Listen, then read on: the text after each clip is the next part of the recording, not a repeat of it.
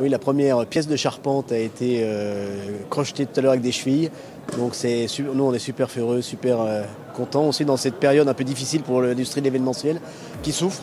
Donc non seulement pour Roche Expo, ça nous donne une ambition pour 2022 de réceptionner cette nouvelle halle, mais également ça remet aussi un coup de boost aussi à toute la filière événementielle. Tous nos installateurs ce soir qui ont participé, on souligne quand même cette difficulté qu'il y a pour cette filière cette année où toutes les manifestations ont été pour la plupart annulées. Donc le projet c'est 20 millions d'euros sur une nouvelle halle modulaire avec une partie convention, gradin de 1000 places amovibles avec 2000 places assises possibles, une partie expo qui peut aller jusqu'à 8000 m², des salles modulaires qui vont de 50 jusqu'à du coup 8000 m², des zones d'accueil modernes, connectées. Donc ça sera vraiment le projet au cœur de la Haute-Savoie, au carrefour autoroutier de la Haute-Savoie, le projet qui va permettre aux gens de se retrouver enfin. C'est pour moi un message de ce qu'il faut qu'on fasse dans la crise. Dans la crise, il y a deux comportements. Vous reculez, vous ne faites plus rien, ça veut dire que vous serez mort. À l'inverse, vous êtes à l'offensive, et ça, c'est le tempérament de notre région, c'est le tempérament de notre territoire. On investit et on fonce. Et là, ce que j'aime ce soir, c'est ce qu'on fait. On le fait tous en commun, c'est un travail d'équipe, on est soudés, on va sortir un très beau projet. Ce sera une vitrine pour notre territoire, et on aura la fierté d'Auvergne-Rhône-Alpes. Ces équipements étaient vieillissants, il fallait vraiment faire un investissement important. Et j'ai envie de rendre hommage à Roche Expo, à son président, à son conseil d'administration.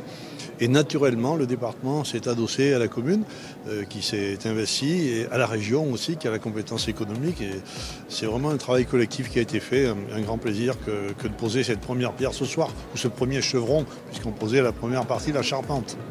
C'est certain que c'est une impulsion forte au niveau de la Roche, de la CCPR, et je pense également au niveau du département et de la région. Pour nous, c'est se propulser réellement dans le XXIe siècle et pour des décennies, avec un bâtiment assez extraordinaire qui va permettre des activités nouvelles de naître, et qui vont nous propulser sur la scène internationale. Et ça, c'est énorme pour tout le bassin.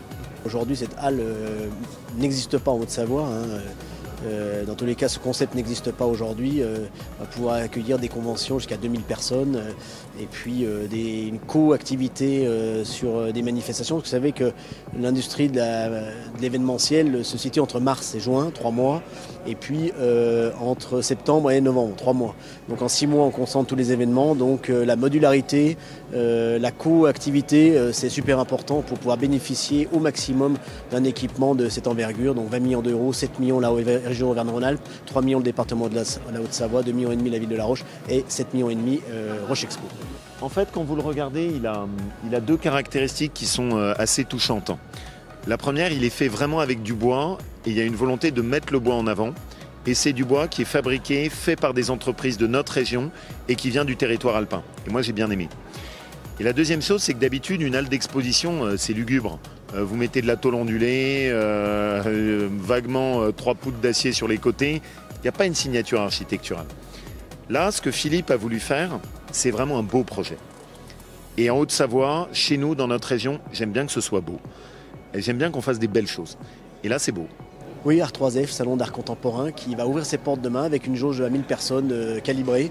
Donc c'est attendu, j'ai entendu là des personnes qui vont venir, tout en respectant bien évidemment les règles sanitaires en vigueur, puisque c'est super important et il ne faut pas se retrouver dans un deuxième confinement où l'économie nationale ne supporterait pas.